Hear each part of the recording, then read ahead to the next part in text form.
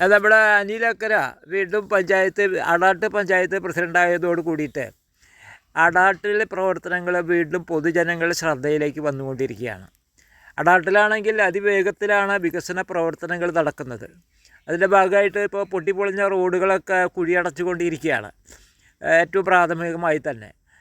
അതോടൊപ്പം തന്നെ ഇനിയിപ്പോൾ വേനൽക്കാലം വരികയാണ്. ഇപ്പോൾ കുടിവെള്ളം ഒരു അത്യാവശ്യ ഘടകമാണ്. അതുകൊണ്ട് തന്നെ കുടിവെള്ളത്തിൻ്റെ സ്രോതസ്സ് കണ്ടെത്തുകയും അവ പൈപ്പ് കണക്ഷനുകൾ വീടുകളിലേക്ക് നൽകുകയും ചെയ്യുന്ന പ്രവൃത്തികളും പുരോഗമിച്ചുകൊണ്ടിരിക്കുകയാണ്. പിന്നെ ഒന്നുള്ളത് വഴിവിളക്കുകളാണ്. എല്ലാ സ്ഥലങ്ങളിലെയും വഴിവിളക്കുകൾ ഏറ്റവും അത് കൃത്യമായിട്ട് കത്തുന്നു എന്ന് ഉറപ്പുവരുത്തുകയും ചെയ്യുകയാണ്. ഇതൊക്കെയാണ് അടാട്ടിലെ പ്രവർത്തനങ്ങൾ. കേരളം അടുത്ത നിയമസഭാ തെരഞ്ഞെടുപ്പിന് തയ്യാറെടുത്തുകൊണ്ടിരിക്കുകയാണ്. തെരഞ്ഞെടുപ്പ് ഇങ്ങ് പടിവാതിക്കൽ എത്തിയെന്ന് തന്നെ പറയാം. അപ്പോൾ രണ്ട് കാര്യങ്ങളാണ് ഈ തെരഞ്ഞെടുപ്പിൽ വരിക. ഒന്ന്, നിലവിലുള്ള സർക്കാരിൻ്റെ പ്രവർത്തനങ്ങൾ അത് പരിശോധിക്കപ്പെടും. ആ പാർട്ടികളുടെ പ്രവർത്തനങ്ങളും പരിശോധിക്കപ്പെടും. അതോടൊപ്പം ഇപ്പോൾ ഒരു പുതിയ സാഹചര്യം കൂടി വന്നിരിക്കുകയാണ്. കഴിഞ്ഞ ഡിസംബർ 11-ാം തീയതിയോട് കൂടിയിട്ട് അല്ലെങ്കിൽ 13-ാം തീയതിയോട് കൂടിയിട്ട് നമ്മുടെ പഞ്ചായത്തുകളിൽ, നഗരസഭകളിലൊക്കെ പുതിയ ഭരണസമിതികൾ അധികാരത്തിൽ വന്നു. ഇപ്പോൾ ഒരു മാസം കഴിഞ്ഞു. ഇതിപ്പോൾ ജനുവരി ആയല്ലോ. ജനുവരി, ഫെബ്രുവരി, മാർച്ച് മാസങ്ങളാണ് സാധാരണ നിലയിൽ ഈ പഞ്ചായത്തുകളിലൊക്കെ വലിയ വികസന പ്രവർത്തനങ്ങൾ നടക്കുന്ന സമയമാണ്.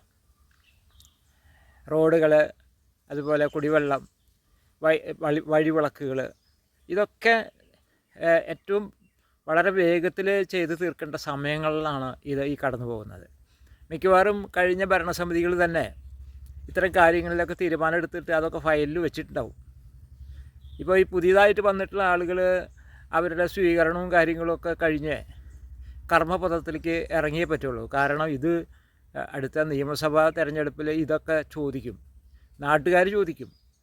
ആരും എതിരാളികൾ ചോദിച്ചില്ലെങ്കിലും അതാത് പ്രദേശത്തുള്ള ആളുകൾ ചോദിക്കും, നിങ്ങളെന്ത് ചെയ്തു ഈ 3 മാസം കൊണ്ട്? അപ്പോൾ ഉണർന്ന് പ്രവർത്തിക്കണം.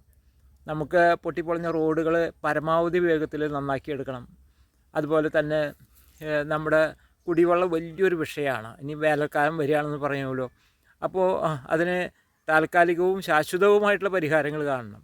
ഇപ്പോൾ ഏറ്റവും അതാത് സ്ഥലങ്ങളിൽ ചെറിയ ചെറിയ ജലസ്രോതസ്സുകൾ കണ്ടെത്തിയിട്ട് കുറേ വീടുകൾ ചേർന്നിട്ട് പൈപ്പ് കണക്ഷനുകൾ കൊടുത്ത് അവർ തന്നെ ചിലവ് വഹിക്കുന്ന ചില പദ്ധതികളൊക്കെ ഉണ്ട്.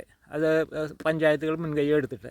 അതുപോലെ തന്നെ വഴിവിളക്കുകൾ വേണം. എന്താ വെച്ചാൽ ഇന്നിപ്പോൾ രാത്രി സ്ത്രീകൾ അടക്കം ജോലിക്ക് പോവുകയും ജോലി കഴിഞ്ഞു വരികയും ചെയ്യുന്ന ഒരു കാലത്താണ് നമ്മൾ ജീവിക്കുന്നത്.